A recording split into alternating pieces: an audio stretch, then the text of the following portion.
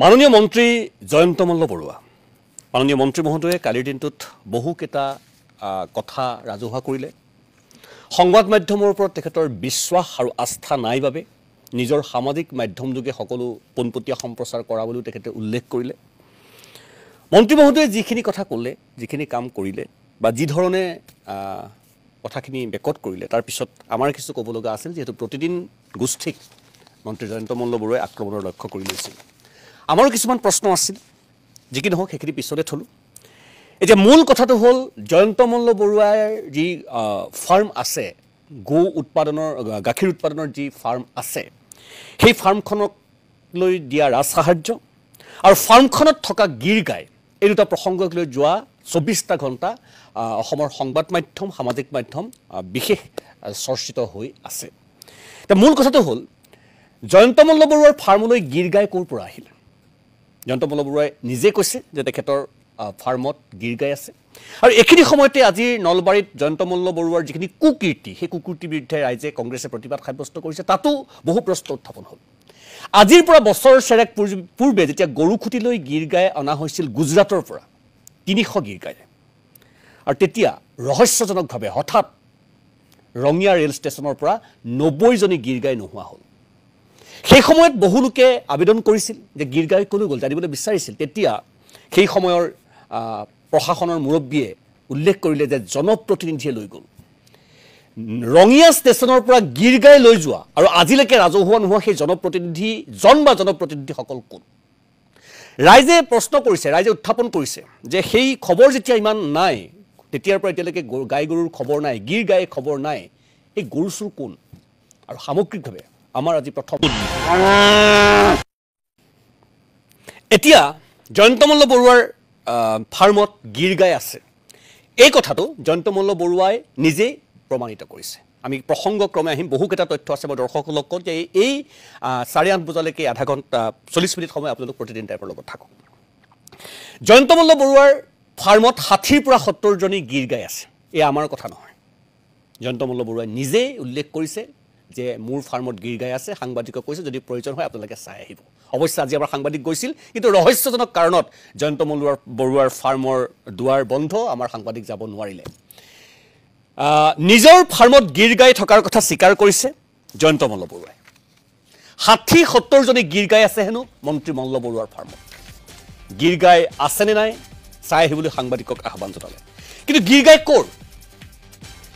এয়া প্ৰশ্ন কালিৰ দিনটোত গিৰ গাই নিজৰ ফাৰ্মত থকা প্ৰসংগত জয়ন্ত মল্ল বৰুৱাই কি কৈছিল শুনোৱা হ'ব আজিও যদি চাই আহে মোৰ তাত 60-70টা গিৰ গাই 60-70গৰাকী গিৰ গাই আৰু মোৰ পত্নীয়ে সেই ব্যৱসায়টো চাই আগতে ময়ো চাইছিলোঁ এই ব্যৱসায়টো তেওঁ চাই আছে আৰু সেই চাই থকা ব্যৱসায়টোত এনেকুৱা ধৰণৰ লোন আগে পিছত লৈ আছে আজিও যদি চাই আহে মোৰ তাত 60-70টা গিৰ গাই 60-70গৰাকী গিৰ গাই আৰু মোৰ পত্নীয়ে সেই ব্যৱসায়টো চাই আগতে ময়ো চাইছিলোঁ এই ব্যৱসায়টো তেওঁ চাই আছে আৰু সেই চাই থকা ব্যৱসায়টোত এনেকুৱা ধৰণৰ লোন আগে পিছত লৈ আছে আজিও যদি চাই আহে মোৰ তাত 60-70টা গিৰ গাই সেই আছিল জয়ন্ত মল্ল বৰুৱাৰ কালিৰ দিনটোত ভাষ্য কেৱল কালিৰ দিনটোতে নহয় বিভিন্ন সময়ত জয়ন্ত মল্ল বৰুৱাই নিজে সামাজিক মাধ্যমত বহুবাৰ দৃশ্যাংশ ৰাজহুৱা কৰিছে যে তেখেতৰ ফাৰ্মত গিৰ গাই আছে আমি যি ৰাজসাহাৰ্যৰ প্ৰসংগ নহয় গিৰ গাই প্ৰসংগটো প্ৰথমতে পাতিব লাগিব যে জয়ন্ত মল্ল বৰুৱাৰ ফাৰ্মলৈ গিৰ গাই ক'ৰ পৰা আহিলে আমি কোৱা নাই সেই ৰঙিয়াৰ গৰুখুটিলৈ অনা গিৰ গাই তাত আছে বুলি সেই আমাৰ ভাষ্য নহয় আমি কোৱা নাই কিন্তু আমি জানিব বিচাৰিছোঁ জয়ন্ত মল্ল বৰুৱাৰ স্থিতি স্পষ্ট কৰিব লাগে ৰাজহুৱা কৰিব লাগে সেই গিৰ গাইখিনি ক'ৰ পৰা ক্ৰয় কৰা আৰু কেতিয়া ক্ৰয় কৰা গিৰ গাই যে জয়ন্ত মল্ল বৰুৱাৰ ফাৰ্মত আছে কি ধৰণে ৰাজহুৱা কৰিছিল জয়ন্ত মল্ল বৰুৱাই নিজে সামাজিক মাধ্যমত যোৱা গৰু বিহুৰ দিনা ৰাজহুৱা কৰা কিছু দৃশ্যাংশ চাওঁ হওক গৰু গোধনো তাত আছে কিন্তু গিৰ গাইক লৈ ব্যস্ত হৈ পৰিছিল জয়ন্ত মল্ল বৰুৱা অৰ্থাৎ নিজৰ ফাৰ্মত যে গিৰ গাই আছে এই দৃশ্যাংশ তেখেতৰ সামাজিক মাধ্যম অৰ্থাৎ ফেচবুক পেজৰ পৰা আমি সংগ্ৰহ কৰা কেৱল এয়াই নহয় জয়ন্ত মল্ল বৰুৱাৰ পত্নীৰো বিভিন্ন ধৰণৰ দৃশ্যাংশ তেখেতে ৰাজহুৱা কৰিছিল নিজৰ গিৰ গাই যে ফাৰ্মত আছে মই এই মুহূৰ্তত জয়ন্ত মল্ল বৰুৱাৰ পৰিবাৰ জুলি ডেকা বৰুৱাই যেহেতু ফাৰ্মখনৰ অধিকাৰী গৰাকী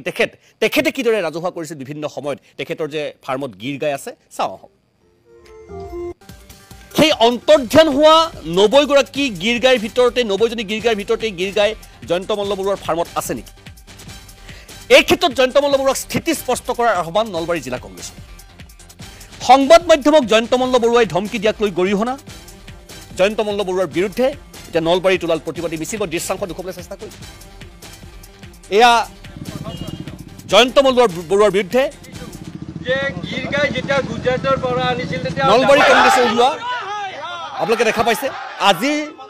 নলবাৰী ৰাজপথৰ দৃশ্য আৰু নলবাৰী কংগ্ৰেছৰ নেতৃবৰ্গই কি ধৰণে মনৰ ভাৱ ব্যক্ত কৰিছিল আৰু কি প্ৰশ্ন কৰিছিল কি ধৰণে স্থিতি স্পষ্ট কৰাৰ আহ্বান জনাইছিল চাওক যে তেওঁ কৈছিল যে তেওঁৰ বিষয়ে যি কথাটো ওলাল এইটো তেওঁক সাংবাদিকে সুধি ল'ব লাগিছিল কিন্তু এইটো এটা বৰ চূড়ান্ত মিছা কথা কৈছে মানে হিমন্ত বিশ্ব শৰ্মাৰ শাসনকালতহে এইটো আমি হোৱা দেখিবলৈ পাইছিলোঁ ৰঙিয়া গৰুখুটিলৈ অনা 90টাকৈ গীৰ গাই ইতিমধ্যে চুৰ হৈছে গতিকে আমি এই বিষয়টোৰ তদন্ত বিচাৰিছোঁ কাৰণ অভিযোগৰ আঙুলি টোৱাইছে যে ইতিমধ্যে মন্ত্ৰী জয়ন্ত মল্লবৰুৱাৰ ৰঙিয়াৰ ফাৰ্মখনতে 60টাকৈ গীৰ গাই আছে গতিকে এই 60টাকৈ গীৰ গাই মন্ত্ৰী জয়ন্ত মল্লবৰুৱাই ক'ৰ পৰা কিনিছে সেইটো তেওঁ তথ্যটি দেখাওক অন্যথা যে ৰাইজৰ সন্দেহ হৈছে গৰুখুটিৰ হেৰুৱা গৰুবোৰ এই কিন্তু সেই কথা চুৰ কৰা গৰু তেওঁৰ গৰু ফাৰ্মতে যোৱা বুলি ৰাইজৰ সন্দেহ হয় সেয়া আছিল নলবাৰী কংগ্ৰেছৰ ভাষ্য মন্ত্ৰী জয়ন্ত মল্লবৰুৱাৰ প্ৰতি আহ্বান যে স্থিতি স্পষ্ট কৰক যদি আপোনাৰ ফাৰ্মত থকা সেই গীৰ গাই ক'ৰ পৰা ক্ৰয় কৰিছে আপুনি স্পষ্ট নকৰে তেন্তে ৰাইজৰ সন্দেহ হ'ব যে ৰঙিয়া ষ্টেচনৰ পৰা যিখিনি গীৰ গাই অন্তৰ্ধান হৈছিল গৰুখুটি প্ৰকল্পলৈ অনা সেই গীৰ গাই গৈ আপোনাৰ ফাৰ্ম ওলাইছেগৈ বা সেই গীৰ গাই বৰ্তমানৰ অৱস্থান আপোনাৰ পত্নীৰ মালিকানাধীন ফাৰ্ম মই এই মুহূৰ্তত কিছু কথা জানিবলৈ চেষ্টা কৰিম আৰু পোনে মই যাব বিচাৰিছোঁ নলবাৰী আৰু তেজপুৰলৈ নলবাৰীৰ পৰা মোৰ লগত পোনে সংযোজিত হৈ আছে নলবাৰী জিলা কংগ্ৰেছৰ সভাপতি ৰাতুল পাটোৱাৰী আৰু তেজপুৰৰ পৰা সংযোজিত হৈ আছে এই গোটেই তেতিয়াৰ পৰা ৰঙিয়াৰ পৰা গীৰ গাই অন্তৰ্ধান হোৱাৰ পৰা আজিৰ দিনটোলৈকে গোটেই প্ৰেক্ষাপটৰ লগত জড়িত RTI কৰ্মী দিলীপ নাথ মই নাথ ডাঙৰীয়া প্ৰথমতে আপোনাৰ পৰা গোটেই প্ৰসংগটো জনাৰ চেষ্টা কৰিম এতিয়া কি হৈছিল কেনেদৰে গীৰ গাই অন্তৰ্ধান হৈছিল কিদৰে জিলা প্ৰশাসনে আপোনাক জনপ্ৰতিনিধিয়ে গীৰ গাই নিছে বুলি সদৰি কৰিছিল গোটেই কথাখিনি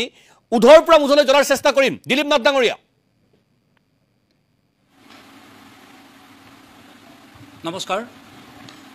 নমস্কাৰ মই তথ্য জনা অধিকাৰ আইনৰ আধাৰত মই গৰুখুটি কৃষি প্ৰকল্পত কোন তাৰিখে কিমানজনী গৰু আনিছিল মই এই গোটেই ঘটনাটো জানিব বিচাৰিছিলোঁ আচৰিত কথাটো হ'ল যে তেতিয়া জিলা উপায়ুক্ত মহোদয়ে আমাক কৈছিলে যে 98জনী গীৰ গাই আমি সংগ্ৰহ কৰিছোঁ অৰ্থাৎ দৰং জিলা উপায়ুক্ত মহোদয়ে তথ্যত দিছিলে যে 98জনী গীৰ গাই আমি সংগ্ৰহ কৰিছিলোঁ মোৰ হাতত আকৌ এনেকুৱা কিছুমান তথ্য আছে যে অসমৰ ৰাইজক মই আজি অৱগত কৰিব বিচাৰিছোঁ যে ৰঙিয়া ৰেল ষ্টেচনত যেতিয়া গীৰ গাই আহি পাইছিলে কিমানখন ট্ৰাকত উঠাই পেলাই চিপাজাৰ গৰুখুটি কৃষি প্ৰকল্পলৈ আনিছিল মোৰ হাতত গোটেই তথ্য আছে আনকি গৰুখুটি কৃষি প্ৰকল্পলৈ অনা প্ৰত্যেকখন গাড়ীৰ চালান পৰ্যন্ত মোৰ হাতত আছে ট্ৰাক নাম্বাৰ পৰ্যন্ত আছে গৰুৰ নাম্বাৰ পৰ্যন্ত আছে মাৰ্ক আছে সেই তথ্যমতে যদি আপুনি চাই 25খন গাড়ীত 6জনীকে 150জনী গীৰ গাই অনা হৈছিল আৰু এখন ট্ৰাকত মাত্ৰ 4জনী অনা হৈছিল অৰ্থাৎ 154জনী গীৰ গাই ট্ৰাক নম্বৰ পৰ্যন্ত মোৰ হাতত মজুত আছে চালান পৰ্যন্ত মজুত আছে গুজৰাটৰ পৰা অনা গাড়ীৰ নথি পত্ৰ মজুত আছে ট্ৰেইনৰ পৰা নমোৱা ভিডিঅ' ফুটেজ পৰ্যন্ত মোৰ হাতত মজুত আছে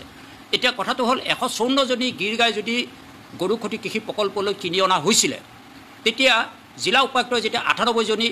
গীৰ গাই সংগ্ৰহ কৰিলি বুলি তথ্য দিলে তেতিয়া পুনৰ মই আকৌ আবেদন কৰিলোঁ যে অন্য গৰুখিনি ক'লৈ গ'ল তেতিয়া জিলা উপায়ুক্ত ডাঙৰীয়াই কৈছিলে যে 90জনী গীৰ গাই জনপ্ৰতিনিধিৰ মাজত বিতৰণ কৰা হৈছে এই তথ্য মোৰ হাতত মজুত আছে এতিয়া ডাঙৰ কথাটো হ'ল গৰুখুটি কৃষি প্ৰকল্পলৈ 90জনী গীৰ গাই আনি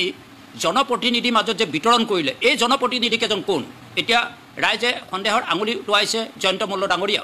আমিও এই কথাটোত তেওঁক সন্দেহ কৰিছোঁ এইকাৰণে যে মোৰ হাতত কিন্তু গৰুখুটি কৃষি প্ৰকল্পলৈ কিনি অনা প্ৰত্যেকখন গাড়ীৰ নাম্বাৰ পৰ্যন্ত ট্ৰেইন নাম্বাৰ পৰ্যন্ত চালান পৰ্যন্ত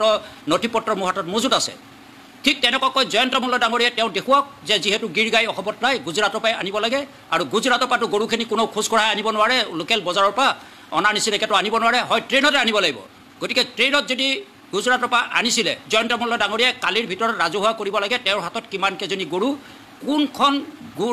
গুজৰাটৰ পৰা কোনখন ট্ৰেইনত কিমান তাৰিখে কোনখন চালানত আনি পেলাই ৰঙিয়া ৰেল ষ্টেচনত নমাইছিল ৰাজহুৱা কৰিব লাগে আৰু অন্যথা তেওঁ যদি ৰাজহুৱা কৰিব নোৱাৰে তেতিয়াহ'লে আমি অসমৰ ৰাইজে গম পাব যে আচলতে গৰু চোৰৰ লগত জয়ন্ত মল্ল ডাঙৰীয়া জড়িত হৈ আছে মোৰ হাতত তথ্য আছে মই এইকাৰণে কৈবলৈ বিচাৰিছোঁ অসমৰ ৰাইজক কোন তাৰিখে কোনটো ষ্টেচনত গৰু নমাইছিলে কোনখন ট্ৰাকত কেইজনীকে গৰু উঠাইছিল কোনখন ট্ৰাকৰ নাম্বাৰ কিমান এখন ট্ৰাকত কেইজনীকে উঠাইছিল ৰঙিয়া ষ্টেচনৰ পৰা চিপাঝাৰলৈ 60 কিলোমিটাৰ দূৰত্বত কোনখন ট্ৰাকে আহি পেলাই প্ৰথম পাইছিলে সেই মোৰ তাত ভিডিঅ' ফুটেজৰ সৈতে তথ্যৰ সৈতে ট্ৰেইনৰ পৰা নমোৱা গোটেই কাগজখিনি মোৰ হাতত মজুত আছে আমি জনা নাছিলোঁ যে জনপ্ৰতিনিধিয়ে যে এয়া কাম কৰে। আচলতে আমি এতিয়া গম পালোঁ যে ৰাইজৰ টেক্সৰ ধন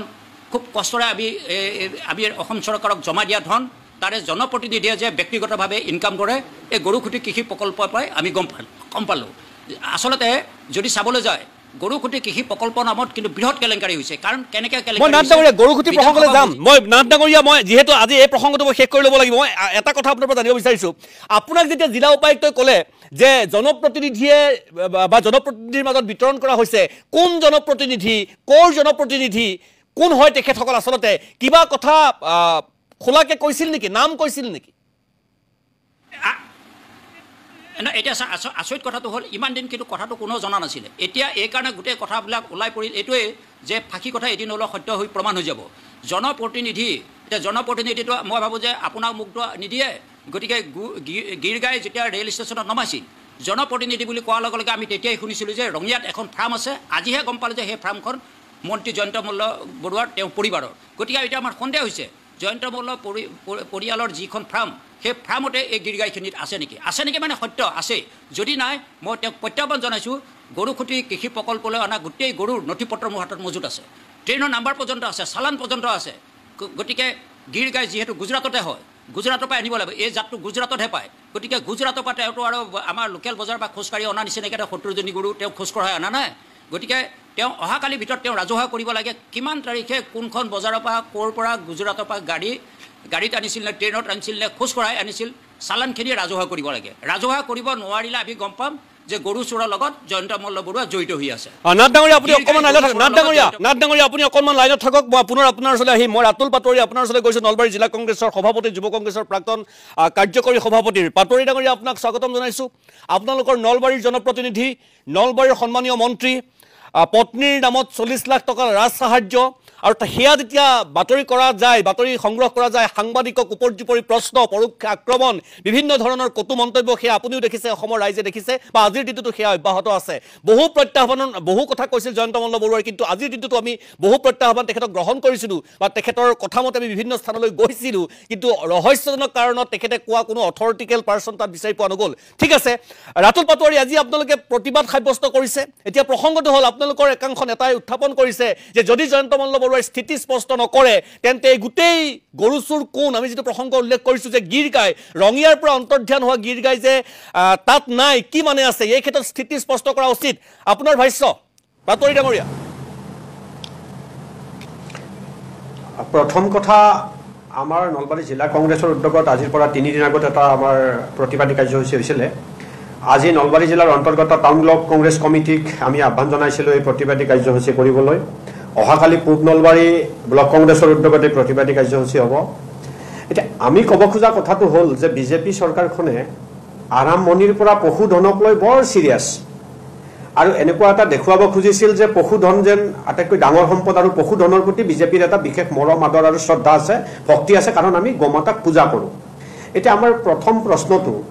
যে আজি বিজেপিয়ে, মই দেখিছোঁ গোটেই ভাৰতবৰ্ষত ইন্দিৰা গান্ধীৰ ইমাৰ্জেঞ্চিৰ কথাটোক লৈ এটা নেৰেটিভ ক্ৰিয়েট কৰি আছে, কিন্তু জয়ন্ত মল্ল বৰুৱা ডাঙৰীয়াৰ যোৱাকালিৰ সাংবাদিকক যি ধৰণে বা মিডিয়া চেনেল হাউচৰ এজন মালিকৰ কথালৈ যি ধৰণে ধমক দিয়াৰ প্ৰক্ৰিয়া আৰম্ভ হ'ল, এয়া কিন্তু অসম আৰু ভাৰতবৰ্ষত গোটেই বিজেপি শাসিত ৰাজ্য আৰু দেশত কিন্তু এটা অঘোষিত এটা ইমাৰ্জেঞ্চিৰ পৰিৱেশ গঢ়ি উঠিছে। সেইবিলাক কথালৈ নাযাওঁ, আজি মুখ্য কথাটোলৈ আহোঁ যে আজি গৰুখুটিৰ এই গৰুকেইটাৰ কথা দিলীপ নাথ ডাঙৰীয়াই যি ধৰণে ডাটাবেছ দাঙি ধৰিলে, আৰু জনপ্ৰতিনিধিৰ মাজত 90টা গীৰ গাই ভগাই লোৱা বুলি সন্মানীয় উপায়ুক্ত মহোদয় দৰঙৰ সেই সময়ত তথ্য দিলে। গতিকে এতিয়া আজি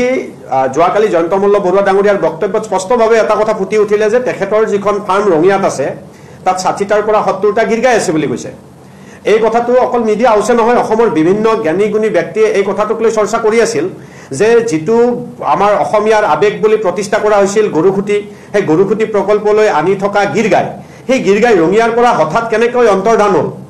ক'ত চুৰ হ'ল, কোনে চুৰ কৰিলে, যি সময়ত স্মাৰ্ট পুলিচ বুলি অসম পুলিচক সকলোৱে গৌৰৱবোধ কৰে, অসম চৰকাৰে বিভিন্ন সময়ত ইয়াক লৈ গৌৰৱবোধ কৰে, এটা সৰু ঘটনা হ'লে অসমৰ বাহিৰৰ পৰা মানুহ আনিবলৈ গুচি যায়, তেনে সময়ত অসমৰ আৱেগ জড়িত গৰুখুটি প্ৰকল্পলৈ আনি থকা গীৰ গাই কেইটা যেতিয়া নোহোৱা হ'ল, আজিলৈকে অসম চৰকাৰে কিয় ব্যৱস্থা গ্ৰহণ কৰিব নোৱাৰিলে আৰু গীৰ গাই চুৰজনক কিয় ধৰিব নোৱাৰিলে, এইটো ভাবোঁ মই প্ৰথম বিফলতা। দ্বিতীয় কথাটো আহিল মই কাকো প্ৰমাণ নোহোৱাকৈ নকওঁ যে অমুকে চুৰ কৰি আহিছে বা তমুকে চুৰ কৰিছে, কিন্তু দিলীপ নাথ ডাঙৰীয়াই কোৱাৰ দৰে জয়ন্ত মল্ল বৰুৱা ডাঙৰীয়াৰ আচলতে ফাৰ্মখনৰ টকাটো লাভ কৰিছে নলবাৰীৰ এড্ৰেছত, কিন্তু নলবাৰী জিলাত কোনো তেনেকুৱা এখন ফাৰ্ম নাই যিখন ফাৰ্ম অৱস্থিত হৈ আছে ৰঙিয়াত। গতিকে তেখেতসকলৰ প্ৰথম কথা ডকুমেণ্টেশ্যনতে ভুল আছে, এই অনুদানটো দিয়াৰ ক্ষেত্ৰত যিটো পেপাৰ্ছ সেই পেপাৰ্ছটোৰ ক্ষেত্ৰত বহুত হয়তো গণ্ডগোল আছে। এই কথাটো অসম চৰকাৰে ভেৰিফাই কৰিব লাগে, 1 নম্বৰ কথা। 2 নম্বৰ কথা, আজি তাত থকা সেই গীৰগাইকেইটা যদি সঁচাকৈ জয়ন্ত মল্ল বৰুৱা ডাঙৰীয়াৰ ফাৰ্মত আছে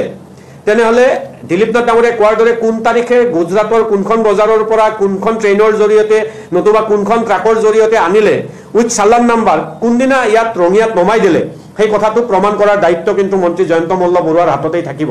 যদি এইটো অহাকালিৰ ভিতৰত প্ৰমাণ কৰিব নোৱাৰে তেনেহ'লে হয়তো অসমৰ ৰাইজে আৰু নলবৰীয়া ৰাইজে ক'ব যে যিকেইটা গীৰগাই এটা সময়ত নোহোৱা বুলি অসমৰ ৰাইজে প্ৰতিবাদ কৰি আছিল, ক'ত গ'ল ক'ত এৰাল, সেই গীৰগাইকেইটা কোনোবা গম নোপোৱাকৈ ৰঙিয়াতে সোমাই থাকিলে নেকি। গতিকে যদি এই কথাটো প্ৰমাণ দিব নোৱাৰে, যিহেতু চালানত আনিছে যদি লিগেলি আনিছে, আৰু এই ক্ষেত্ৰততো বিজেপি চৰকাৰখন বহুত বেছি ষ্ট্ৰং, কাৰণ গোধন চুৰি বা গোধনৰ ক্ষেত্ৰত বিৰাট বেছি ষ্ট্ৰিক্ট। গতিকে ইমান দূৰৰ পৰা এখন বহিৰাজ্যৰ পৰা যদি গীৰগাইকেইটা জয়ন্ত মল্ল বৰুৱা ডাঙৰীয়াৰ সহধৰ্মিনী জুলি ডেকা বৰুৱা ডাঙৰীয়া আনি তেখেতৰ ফাৰ্মৰ বাবে আনিছে, তেনেহ'লে সেই চালানখন কোনখন গাড়ীত কোনখন ট্ৰেইনত আছে প্ৰমাণ কৰক। আৰু যদি নোৱাৰে তেনেহ'লে অসম চৰকাৰলৈ আমি এটা প্ৰত্যাহ্বান জনাইছোঁ, মাননীয় মুখ্যমন্ত্ৰীক এটা প্ৰত্যাহ্বান জনাইছোঁ। আপুনি সদায় কথাই প্ৰতি কয় আপুনি জিৰ' টলাৰেঞ্চৰ নিকা আৰু স্বচ্ছ চৰকাৰ এখন চলাই আছে, গতিকে এখন অসমৰ আৱেগজড়িত গৰুখুটি প্ৰকল্পৰ কাৰণে অনা গীৰগাইকেইটা যেতিয়া হেৰাই যাবৰ আজি বছৰ বছৰ হ'ল, অসমৰ মুখ্যমন্ত্ৰীজন কিয় নিশ্চুপ থাকিল, কিয় হেৰাই গ'ল গৌ মাতাৰ প্ৰতি মৰমখিনি, কোন চুৰজনে লৈ গ'লে সেই চুৰজনক আজিলৈকে কিয় বিচাৰি নাপালে। আজি আকৌ বহু দিনৰ মূৰত বছৰৰ মূৰত এই কথাটোৰ আকৌ উদ্বেগ ঘটিল অসমৰ ৰাইজৰ মাজত, এইটো বিচাৰৰ বাবে ওলাই আহিল। গতিকে আমি আজি এই নলবাৰী জিলা কংগ্ৰেছৰ তৰফৰ পৰা জনাইছোঁ, যিহেতু সন্মানীয় মন্ত্ৰী জয়ন্ত মল্ল বৰুৱা ডাঙৰীয়া নলবাৰী সদৰ সমষ্টিৰ পৰা প্ৰতিনিধিত্ব কৰি মন্ত্ৰিত্বৰ আসন লৈ আছে, আমি বাৰু তেখেতক আমি গৌৰৱ কৰোঁ যে নলবাৰীৰ পৰা মন্ত্ৰী হৈ আছে, কিন্তু ইমান কলংকিত অধ্যায় লৈ যদি এই মন্ত্ৰীজনে যদি প্ৰমাণবিলাক যদি দিব নোৱাৰে, সাংবাদিকক ধমক দিলে কিন্তু তেখেতৰ দায়িত্ব আৰু কৰ্তব্য শেষ হোৱা বুলি নাভাবোঁ। গতিকে আমি আশা কৰিম অহাকালিৰ ভিতৰত গোটেই গীৰগাইকেইজনী ক'ৰ পৰা আনিলে কেতিয়া আনিলে উইথ চালান এইটো প্ৰুফ দিব। নিশ্চয় পাটোৱাৰী ডাঙৰীয়া, মই পুনৰ আপোনাৰ ওচৰলৈ যাম, মই এতিয়া বিৰতিৰ ল'ব লাগিব, কিন্তু তাৰ আগতে মই এটা বিশেষ খবৰ দি যাব বিচাৰিছোঁ, তাৰপিছতে বিৰতি ল'ম। এই যে জয়ন্ত মল্ল বৰুৱাৰ এখন ফাৰ্ম আছে বা পত্নীৰ মালিকানাধীন এখন ফাৰ্ম আছে, যিখন ফাৰ্মৰ মুখ্যমন্ত্ৰীৰ মতে সেই ফাৰ্মখনৰ পৰাই তেখেতসকলৰ ঘৰখন চলে, তেখেতসকলৰ আৰু অন্য কোনো ধৰণৰ উপাৰ্জনৰ উৎস নাই, যিহেতু তেখেতসকলে মন্ত্ৰী সমাজ সেৱা কৰিবৰ কাৰণে কৈছে, মন্ত্ৰিত্বৰ পৰা কোনো ধৰণৰ লাভ নহয়, ঘৰখন চলিবৰ কাৰণে তেখেতসকলৰ সেইখন ফাৰ্ম আছে, ঘৰখনটো চলিব লাগিব মুখ্যমন্ত্ৰীয়ে কৈছে। 2011 চনত জয়ন্ত মল্ল বৰুৱা প্ৰথম বিধায়ক হৈছিল আৰু 2021 চনত তেখেত দ্বিতীয়বাৰৰ বাবে বিধায়ক হৈ পেলাই বৰ্তমান মন্ত্ৰী। 2016 চনত তেখেতে দলীয় টিকট পোৱা নাছিল আৰু বিধায়ক হোৱা নাছিল। আপুনি বিশ্বাস কৰক বা নকৰক, যিটো সত্য আৰু শুদ্ধ, 2011 চনৰ পৰা 2021 চনৰ ভিতৰত, অৰ্থাৎ 10টা বছৰৰ ভিতৰত জয়ন্ত মল্ল বৰুৱাৰ সম্পত্তিৰ বৃদ্ধিৰ হাৰ 740.71%। মই আকৌ কৈছোঁ, 10 বছৰত মন্ত্ৰী জয়ন্ত মল্ল বৰুৱাৰ সম্পত্তি বাঢ়িল 740.71%। জয়ন্ত মল্ল বৰুৱাৰ পত্নীৰ সম্পত্তি বাঢ়িল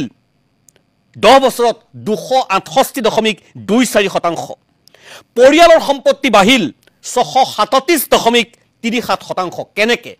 আমি উল্লেখ কৰি আছিলোঁ জয়ন্ত মল্ল বৰুৱাৰ গীৰগাই প্ৰসংগ, আৰু এইখিনিতে আমি যিহেতু বিৰতিলৈ যোৱাৰ প্ৰসংগে পূৰ্বে এটা প্ৰসংগ উত্থাপন কৰিছোঁ যে 10 বছৰত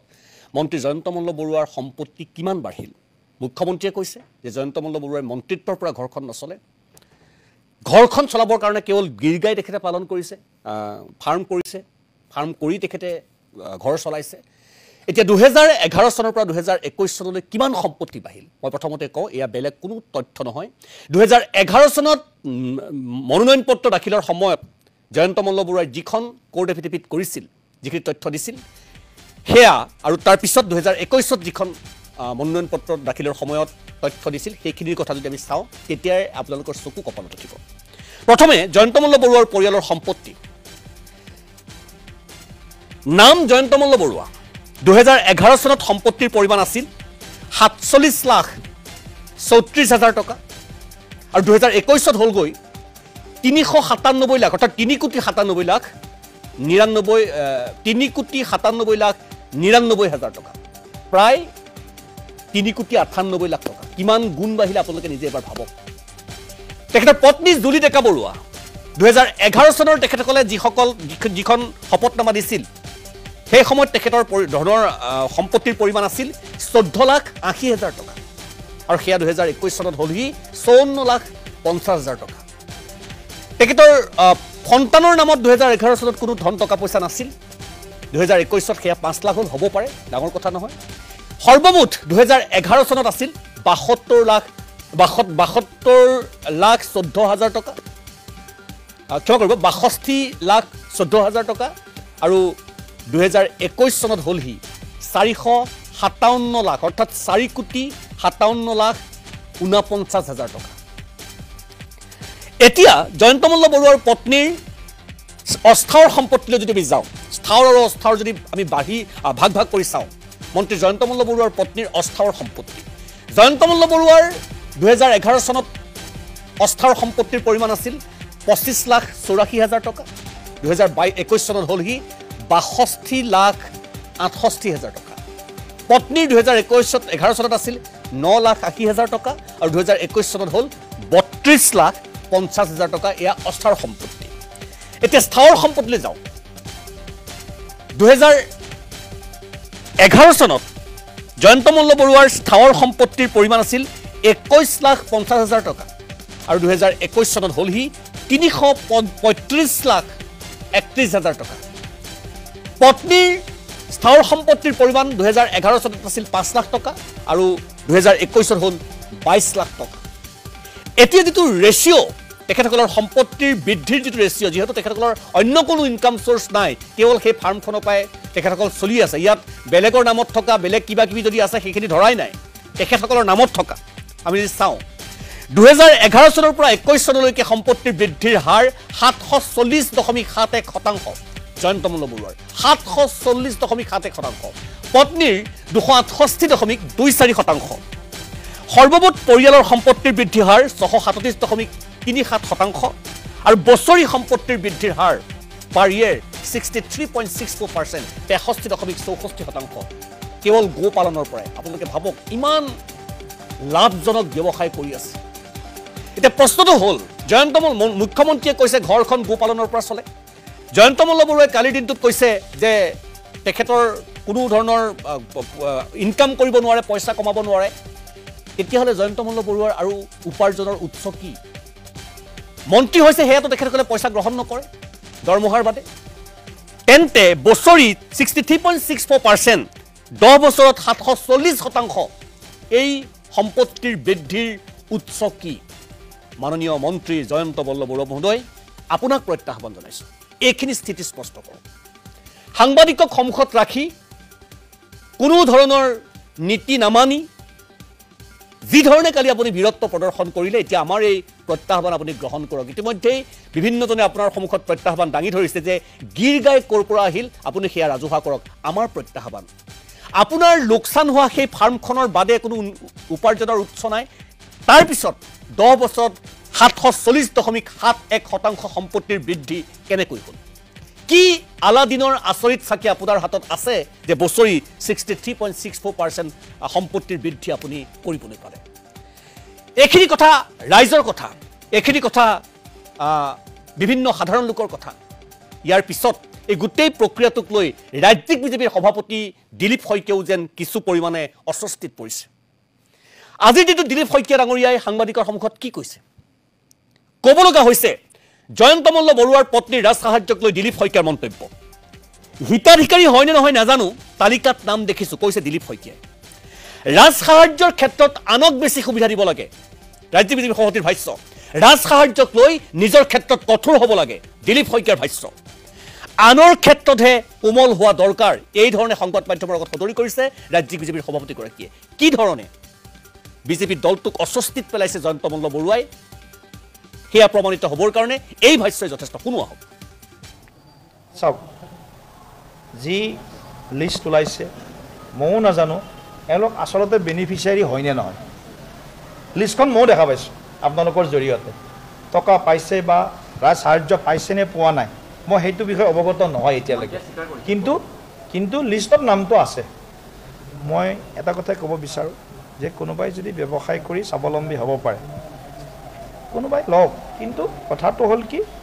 এইটোক লৈ বহুত ধৰণৰ যি এটা বিতৰ্ক চৰ্চা ইমান বহুত নকৰিলে ভাল নেকি কাৰণ এনেকুৱা হয়তো বহুত ব্যক্তি আছে যিয়ে নেকি চৰকাৰৰ ছাবচিডি লৈ বহুতে ব্যৱসায় কৰি আছে কিন্তু কথাটো হ'ল মই এইটো কথা আমি সকলোৱে জেনেৰেল কমন মেনৰ লেংগুৱেজ মোৰ লেংগুৱেজ বুলি মোৰ মুখত নিদিব যে অকণমান সাহায্য লওঁতে আমি অইনক বেছি সুবিধা দিব লাগে নিজৰ ক্ষেত্ৰত অলপ কঠোৰ হৈ আনৰ ক্ষেত্ৰত অলপ কোমল হ'ব লাগে আনক সুবিধা দিব লাগে নিজৰ ক্ষেত্ৰত কঠোৰ হ'ব লাগে আৰু আনৰ ক্ষেত্ৰত কোমল হ'ব লাগে মাননীয় দিলীপ শইকীয়া ডাঙৰীয়াই দায়িত্বভাৰ গ্ৰহণৰ পিছৰে পৰা বিজেপিক বা দলটোক বিভিন্ন ধৰণে সংস্কাৰ সাধনৰ চেষ্টা কৰিছে আমি দেখি আহিছোঁ কিন্তু এইবোৰ প্ৰসংগই সেই সংস্কাৰত বাধা প্ৰদান কৰিছে কোনোবাই মানক নামানক এয়াই সত্য কথা যাৰ পৰিপ্ৰেক্ষিতত ৰাজ্যিক বিজেপিৰ সভাপতিগৰাকীও ক'ব লগা হৈছে যে ৰাজ সাহায্য আদিৰ ক্ষেত্ৰত নিজৰ ক্ষেত্ৰত কঠোৰ হ'ব লাগে আনৰ ক্ষেত্ৰত কোমল হ'ব লাগে প্ৰতিক্ৰিয়া ব্যক্ত কৰিছে APSC সভাপতি গৌৰৱ গগৈয়ে আগতে সিন্ডিকেট চলিছিল গৌৰৱ গগৈ মন্তব্য আগতে সিন্ডিকেট চলিছিল এতিয়া চৰকাৰী আঁচনিতে লুণ্ঠন চলিছে জয়ন্ত মল্ল বৰুৱাৰ পত্নী ৰাজ সাহায্যক লৈ গৌৰৱ গগৈ মন্তব্য মন্ত্ৰী মুখ্যমন্ত্ৰী সকলোৱে এই ধৰণৰ কামত জড়িত হৈ পৰিছে ইয়াতকৈ আৰু দুৰ্ভাগ্যজনক খবৰ কথা একো হ'ব নোৱাৰে অসমৰ প্ৰেক্ষাপটত কৈছে গৌৰৱ গগৈ সাধাৰণজনে সুবিধা নাপায় সুবিধা পায় মন্ত্ৰী বিধায়কৰ পত্নী গৌৰৱ গগৈ ভাষ্য গাঁৱৰ মহিলাই 1200 টকা পায় অৰুণোদয় আৰু মন্ত্ৰী বিধায়কৰ পত্নীয়ে 50 লাখ টকা পায় এয়া হেনো পৰিৱৰ্তন কি কৈছিল গৌৰৱ গগৈ শুনো আহক এতিয়া সিন্ডিকেট কেইটাটো চৰকাৰী আঁচনিৰ ওপৰতে তেওঁলোকে দখল কৰিছে আগতে আছিলে যে বিজেপি মন্ত্ৰী বিধায়ক আমি সিন্ডিকেট লগত জড়িত হৈ থকাটো আমি ভাবিছিলোঁ কিন্তু এতিয়াতো তেওঁ ডাইৰেক্টলি চৰকাৰী আঁচনিৰ তালিকাৰ ভিতৰত তেওঁলোকৰ ঘৰৰ মানুহবোৰ সোমাইছে মুখ্যমন্ত্ৰীৰ পৰা মন্ত্ৰী বিধায়কলৈকে ইয়াতকৈ আৰু দুৰ্ভাগ্যজনক কথা কি হ'ব পাৰে মানে মিডল ক্লাছ এজন মিডল ক্লাছ মানুহে ইনকাম টেক্স দিয়াৰ পিছত এই ইনকাম টেক্সৰ পৰা চৰকাৰে যি চৰকাৰী আঁচনি বনাইছে সেই আঁচনিৰ ভিতৰত সেই মিডল ক্লাছ প্ৰফেচনেলে সেই তাৰ সুবিধা পোৱা নাই বা এজন ব্যৱসায়ী যে GST দি আছে বা কৰ্পৰেট টেক্স দি আছে সেই কৰ্পৰেট টেক্স দিয়াৰ পিছত চৰকাৰী আঁচনি যদি কিবা নিৰ্মাণ হৈছে তাৰ সুবিধা স্থানীয় ব্যৱসায়ী কৰা মানুহবোৰ পোৱা নাই সেই সুবিধাবোৰ মন্ত্ৰী আৰু বিধায়কৰ পৰিবাৰে পাই আছে তো আমাৰ গাঁৱৰ আজি মহিলাই দেখিছে তেওঁলোকে পাইছে 1200 টকা আৰু মন্ত্ৰীৰ বিধায়কে আৰু তেওঁলোকৰ পৰিবাৰে পাইছে 50 লাখ টকা এয়া হ'ল মাননীয় মন্ত্ৰী জয়ন্ত মল্ল বৰুৱাৰ প্ৰতি পুনৰ আমাৰ প্ৰত্যাহ্বান যে এই দুটা স্থিতি আপুনি স্পষ্ট কৰক প্ৰথম গীৰ গাই ক'ৰ পৰা আহিল দ্বিতীয়তে আপোনাৰ এই যিটো সম্পত্তিৰ বৃদ্ধিৰ হাৰ সেয়া কেনেকৈ হ'ল যেহেতু আপোনাৰ আৰু বেলেগ কোনো উপাৰ্জন নাই পুনৰ মই দিলীপ নাথৰ ওচৰলৈ গৈছোঁ নাথ ডাঙৰীয়া মোৰ শেষ 1 মিনিট সময় মই আপোনাক মাত্ৰ দিব পাৰিম এই মুহূৰ্তত আপুনি কি দাবী কৰিব আপুনি যেটো কৈছে এই গোটেই কথাখিনি আপুনি শুনিলে যদি জনপ্ৰতিনিধিক গৰু দিবলগীয়াও হয় সেই উপায়টোৱে কোৱাৰ দৰে নিশ্চয় সেয়া বিজ্ঞাপন দিব লাগিব যেহেতু চৰকাৰৰ ধন ৰাইজৰ ধন কাৰোবাৰ খেয়াল খুচিত কাৰোবাক হস্তান্তৰ কৰিব নোৱাৰে কোনো ধৰণৰ বিজ্ঞাপন নিদিয়াকৈ কোনো ধৰণৰ কথা বতৰা ৰাজহুৱা নকৰাকৈ দিয়া হৈছে আপোনাৰ শেষ মন্তব্য দিলীপ নাথ ডাঙৰীয়া আচৰিত কথা আপুনি যিটো সমীক্ষা দেখুৱালে যে গৰুখুটি কি কয় জয়ন্ত মল্ল বৰুৱা ডাঙৰীয়াৰ যিটো ইনকাম দেখুৱালে বছৰিকা যিটো ইনকাম দেখুৱালে আচৰিত কথা যে তেওঁ যোৱাকালিয়ে কৈছিলে যে গৰুখুটিৰ দৰে গীৰ গাই আনি আমি কিন্তু কোনো লাভ কৰিব পৰা নাই তাৰমানে গীৰ গাইৰ পৰা তেওঁ কোনো পইচা লাভ কৰিব পৰা নাই তেতিয়াহ'লে তেওঁৰ মুখতে এইটো প্ৰমাণ হৈছে তেওঁ যে 2 নম্বৰী কৰি অসম চৰকাৰৰ ধন তেওঁ ব্যক্তিগত একাউণ্টত সোমাইছে এইটো প্ৰমাণ হৈছে কাৰণ তেওঁ আৰু তেওঁৰ পৰিয়ালৰ একাউণ্টত আপুনি কিমান টকা থকা আপুনি দেখুৱাব পাৰিলে যিহেতু ইলেকশ্যন কমিশ্যনাৰৰ অধীনত তেওঁ এই গোটেই ডাটাখিনি দিছিলে আজি আপুনি ৰাজহুৱা কৰিছে তেওঁ যোৱাকালি কৈছে যে মোৰ কোনো ইনকাম নাই কেৱল মানে গীৰ গাই পাই মই ইনকাম কৰি আছোঁ মোৰ পৰিবাৰৰ তেওঁ আকৌ যোৱাকালি ক'লে গোটেই চেনেলত ক'লে যে মই গীৰ গাই পাই দেখিছোঁ যে মোৰ হাতত স্ক্ৰীনশ্বটটোও আছে তেওঁ কৈছে যে কোনো কাৰণতে গীৰ গাই পাই মানে ইনকাম কৰিব নোৱাৰে তেতিয়াহ'লে ডাঙৰ এটা বৃহৎ প্ৰশ্ন নিশ্চয় নিশ্চয় নাথ ডাঙৰীয়া মই আপোনাক ধন্যবাদ জনাইছোঁ পাটোৱাৰী ৰাতুল পাটোৱাৰী 30 ছেকেণ্ড সময় শেষ বাক্যটো কি আহ্বান জনাব জয়ন্ত মল্ল বৰুৱাক আকৌ সুধিছোঁ খুব চমুকৈ 30 ছেকেণ্ড ৰাতুল প্ৰথম কথা সেই তেখেতৰ ৱাইফৰ ফাৰ্মত থকা গীৰ গাই কেইটা ক'ৰ পৰা আহিল এইটো প্ৰমাণ কৰিব লাগে দ্বিতীয় কথা অসম চৰকাৰে আঁচনিসমূহত নিজৰ মন্ত্ৰী বিধায়কৰ পৰিয়ালক অন্তৰ্ভুক্ত কৰাৰ সলনি ধনী ধনী মানুহবিলাকক অন্তৰ্ভুক্ত কৰাৰ সলনি যিসকল আচল দুগ্ধপালক নতুবা গোপালক যোনে যিটো আঁচনিৰ অধীনস্থ হ'ব লাগে তাত অন্তৰ্ভুক্ত কৰিব লাগে মই এটা সৰু উদাহৰণ দিব খুজিছোঁ নলবাৰী জিলাৰ টিহু সমষ্টিৰ অন্তৰ্গত নমাটি গাঁৱৰ চিনাকি যিটো দুগ্ধ সমবায় সমিতি দৈনিক 11 জন যুৱকে 190 পৰা 210 লিটাৰ গাখীৰ যোগান ধৰে পুৰবী ডায়েৰীলৈ গতিকে তেনেকুৱা অনুষ্ঠানবিলাকক তেনেকুৱা যুৱকবিলাকক অসমৰ চুকে কোণে উৎসাহিত কৰক মন্ত্ৰী বিধায়কসকলে এনেকুৱা আঁচনিবিলাকৰ অন্তৰ্ভুক্ত হৈ ডিমৰেলাইজ যাতে নকৰে বিজেপিৰ বহুত কৰ্মী আছে যিসকলে দিনে ৰাতি বিজেপিৰ কাৰণে কাম কৰে আৰু গো পালন নতুবা গাহৰি পালন নতুবা মৎস্য জীৱনৰ লগত জড়িত তেখেতসকলৰ প্ৰতি নিশ্চয় ৰাতুল বতৰি ধন্যবাদ জনাইছোঁ আমি জয়ন্ত মল্ল বৰুৱাৰ প্ৰতি আমি আকৌ আমাৰ পুনৰবাৰ কৈছোঁ যে আপুনি প্ৰত্যাহ্বান গ্ৰহণ কৰক যদি সাহস আছে আপুনি কালি খুব উচ্চ বাচ্যৰে কৈছিল সাহস আছে এতিয়া আমি আপোনালোক খুব বিনয়েৰে কৈছোঁ আপোনাৰ যদি নিম্নতম সাহস আৰু সততা আছে এই দুটা প্ৰশ্নৰ আপুনি উত্তৰ ৰাজহুৱা কৰক সম্পত্তিৰ উৎস কি আৰু আপোনাৰ ফাৰ্মত থকা গীৰ গাইখিনি কেতিয়া অনা আৰু কেনেকৈ অনা গোটেই ব্যৱস্থাটো ৰাজহুৱা কৰক আপোনাৰ প্ৰতি আমাৰ বিনয়েৰে আহ্বান যদি আপোনাৰ সাহস আছে যদি আপোনাৰ সততা আছে যদি আপুনি মানুহজন আপুনি হয় কোন আচলতে গৰু চোৰ বুলি প্ৰশ্ন উত্থাপিত হৈ আছে সেই কথাখিনি আপুনি ৰাইজৰ মনৰ পৰা মুচি পেলাওক